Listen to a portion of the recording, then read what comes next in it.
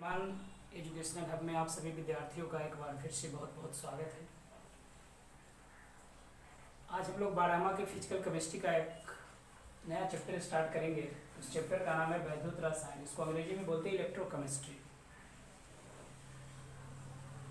अगर इलेक्ट्रोकेमिस्ट्री को सेपरेट किया जाए तो एक आएगा इलेक्ट्रो और दूसरा आएगा केमिस्ट्री।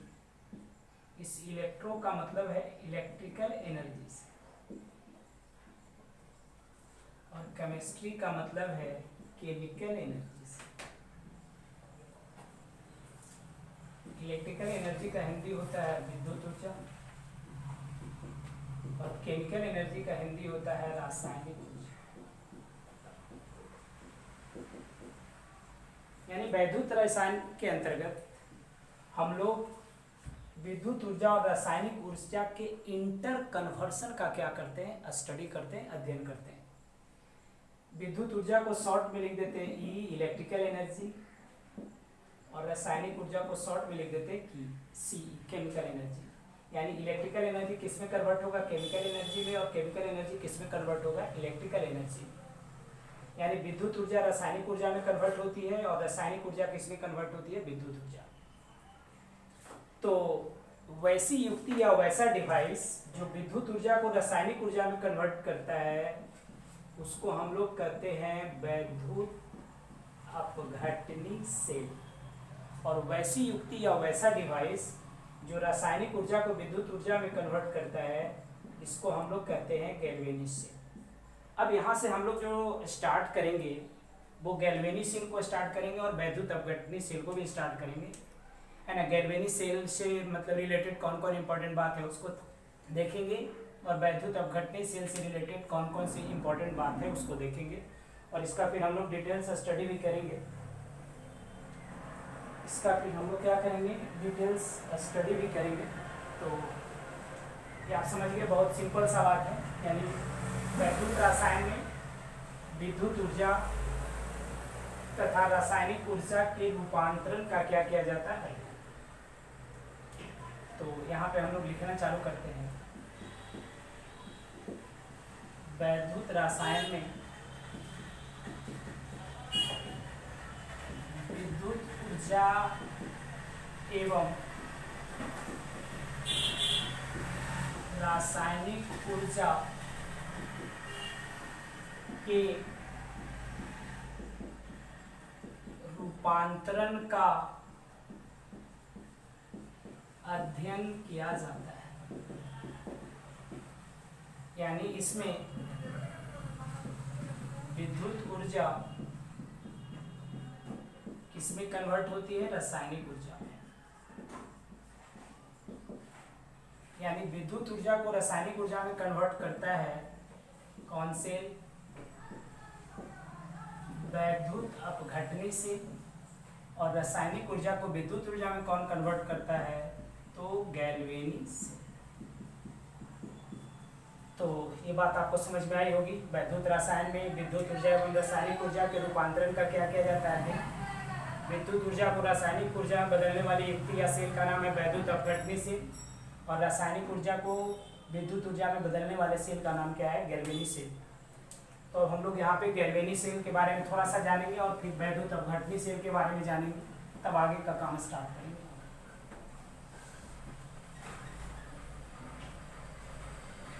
तो देखिए यहाँ से हम लोग गैल्वेनी सेल के लिए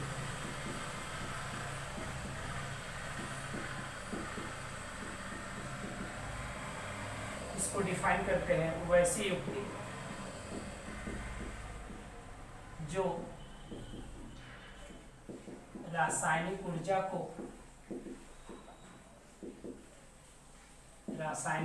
को विद्युत ऊर्जा में रूपांतरित करता हो गैल्वेनी सेल कहलाता है। सीधा क्वेश्चन ऑब्जेक्टिव में रहता है गैल्वेनी सेल क्या करता है, तो रासायनिक ऊर्जा को किसमें कन्वर्ट करेगा, विद्युत ऊर्जा में। गैल्वेनी सेल से संबंधित मुख्य बातें, ये सारा आपके लिए ऑब्जेक्टिव पॉइंट है। गैल्वेनी सेल से संबंधित मुख्य बात नंबर 1। पहला लिखना होगा तो सबसे सिंपल लिखेंगे, यह रासायनिक ऊर्जा को विद्युत ऊर्जा में रूपांतरित करता है। दूसरा, इसमें रेडॉक्स अभिक्रिया स्वतः संपन्न होती है।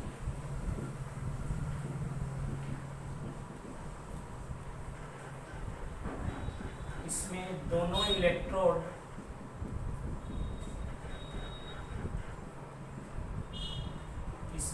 इलेक्ट्रोड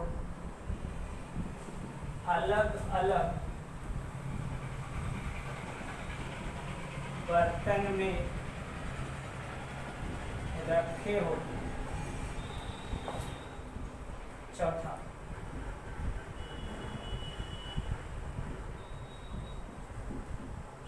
इसमें एनोड ऋणात्मक तथा कैथोड धनात्मक होता है। पांचवा, इसमें इलेक्ट्रॉन का प्रवाह एनोड से कैथोड की ओर होता है। और एक बहुत इंपॉर्टेंट बात यहाँ पे लिखते हैं, छठी, इसमें विद्युत धारा का प्रवाह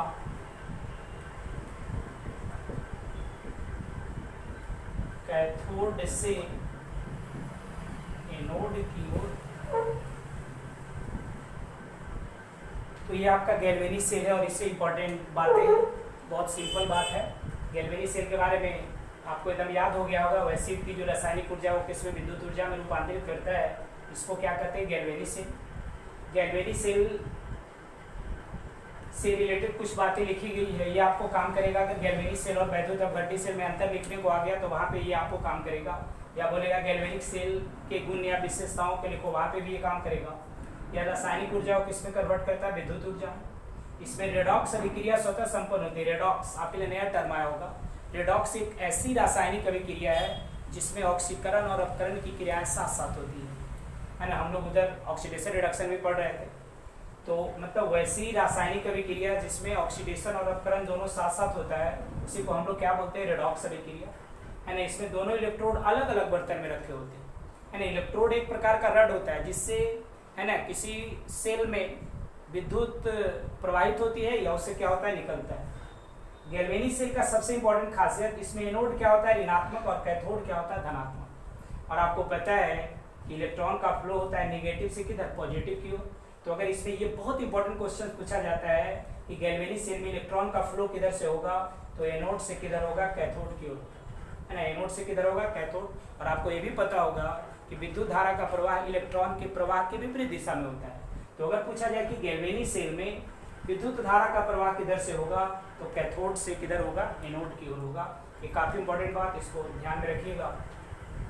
तो ये आपका था गैल्वेनिक सेल, और इसका डिटेल मैकेनिज्म भी आगे हम लोग पढ़ेंगे, फिर से इसको पढ़ेंगे। और ये सारा चीज़ का अप्रूवल मिलेगा, आपको दिखाएंगे प्रूव करके कैसे ये ऐसे होता है। पूरा इसका डायग्रामेटिक रिप्रेजेंटेशन, एक पूरा क्लास लगता है गैल्वेनिक सेल पढ़ाने में। तो ये था गैल्वेनिक सेल।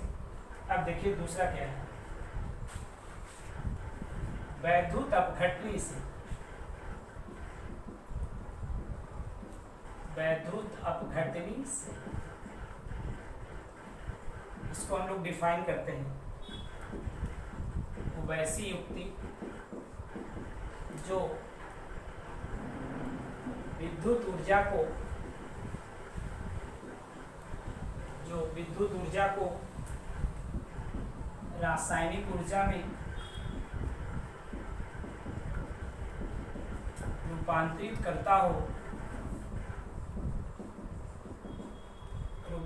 करता हो वैद्युत अपघटनी सेल कहलाता है, वैद्युत अपघटनी सेल कहलाता है। इससे संबंधित मुख्य बात, इससे संबंधित मुख्य बात ध्यान रखिए। इसमें पहला पॉइंट क्या लिखेंगे, यह विद्युत ऊर्जा को रासायनिक ऊर्जा में रूपांतरित करता है, रूपांतरित करता है। इसमें रेडॉक्स अभिक्रिया स्वतः संपन्न नहीं होती। तीसरा,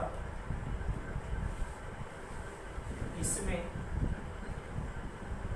दोनों इलेक्ट्रोड, आगे पढ़ेंगे इलेक्ट्रोड क्या होता है, इसमें दोनों इलेक्ट्रोड एक ही बर्तन में रखे होते हैं।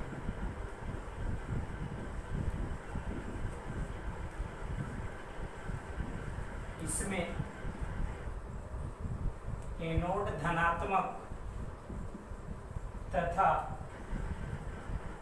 कैथोड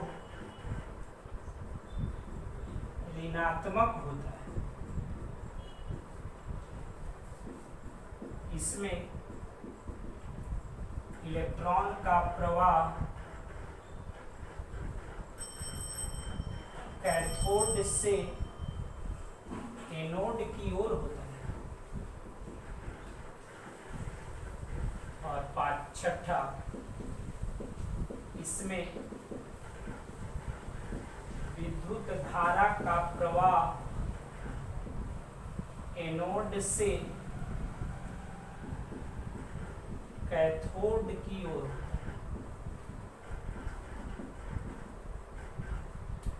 तो ये वैद्युत अपघटनी सेल से रिलेटेड इंपॉर्टेंट बात है। डेफिनेशन में कुछ नहीं है, वैसी युक्ति जो विद्युत ऊर्जा को किसमें कन्वर्ट करता है, रासायनिक ऊर्जा में। इसी को हम लोग क्या कहते हैं, वैद्युत अपघटनी सेल, है ना। या विद्युत ऊर्जा को किसमें कन्वर्ट करेगा, मतलब रासायनिक ऊर्जा में, है ना। इसमें रेडॉक्स, है ना, अभिक्रिया स्वतः संपन्न नहीं होती है, यानी इसमें रेडॉक्स अभिक्रिया संपन्न कराने के लिए आपको विद्युत धारा को क्या करना होगा, प्रवाहित करना होगा, है ना। इसमें दोनों इलेक्ट्रोड एक ही बर्तन में रखे होते हैं, है ना। इसमें एनोड धनात्मक और कैथोड क्या होता है, ऋणात्मक।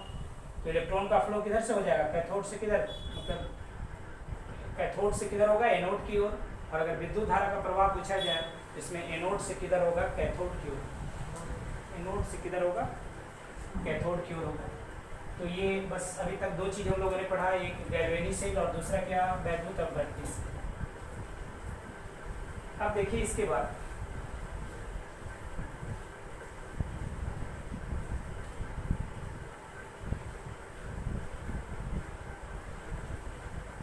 यहाँ पे हम लोग थोड़ा चालक की चर्चा करें। चालक किसको कहते हैं, तो देखिए यहाँ पे इसके बाद हम लोग को चालक को डिफाइन करना है, जिसको अंग्रेजी में बोलते हैं कंडक्टर।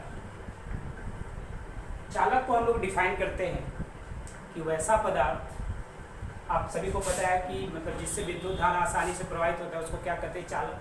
लेकिन ये परिभाषा यहाँ पे नहीं चलेगा। आप करंट में कुछ परिभाषा पढ़ते होंगे, फिजिकल में आपको मैंने सॉलिड स्टेट में इसका कुछ डेफिनेशन बताया था।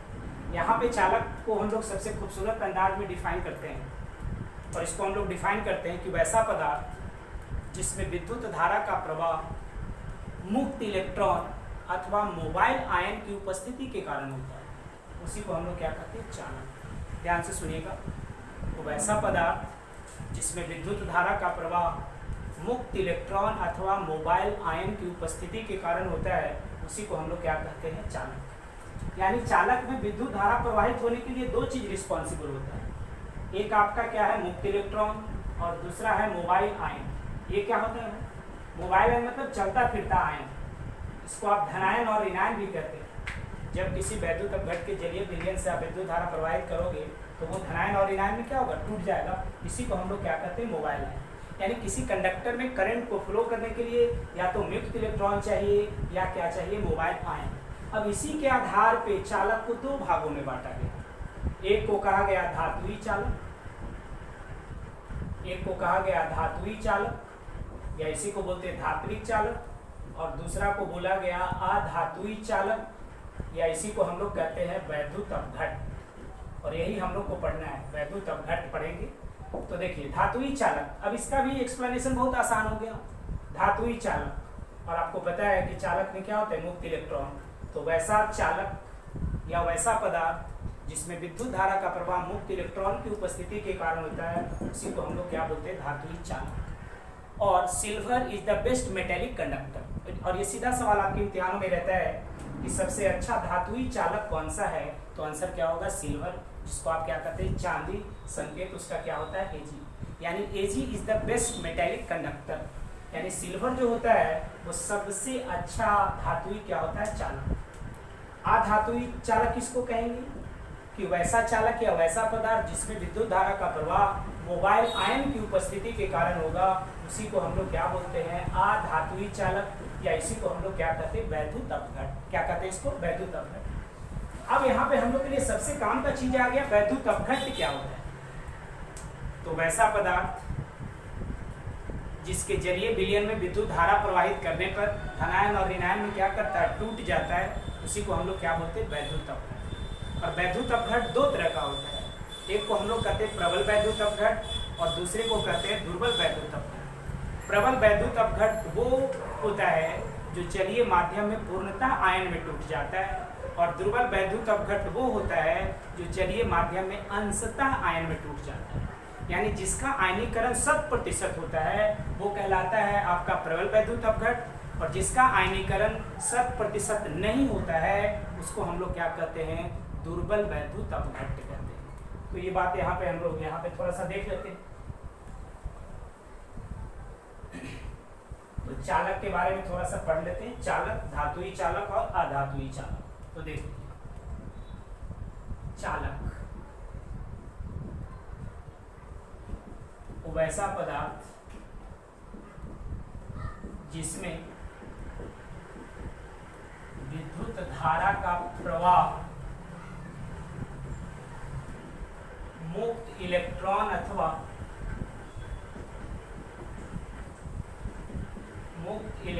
अथवा मोबाइल आयन की उपस्थिति के कारण होता हो,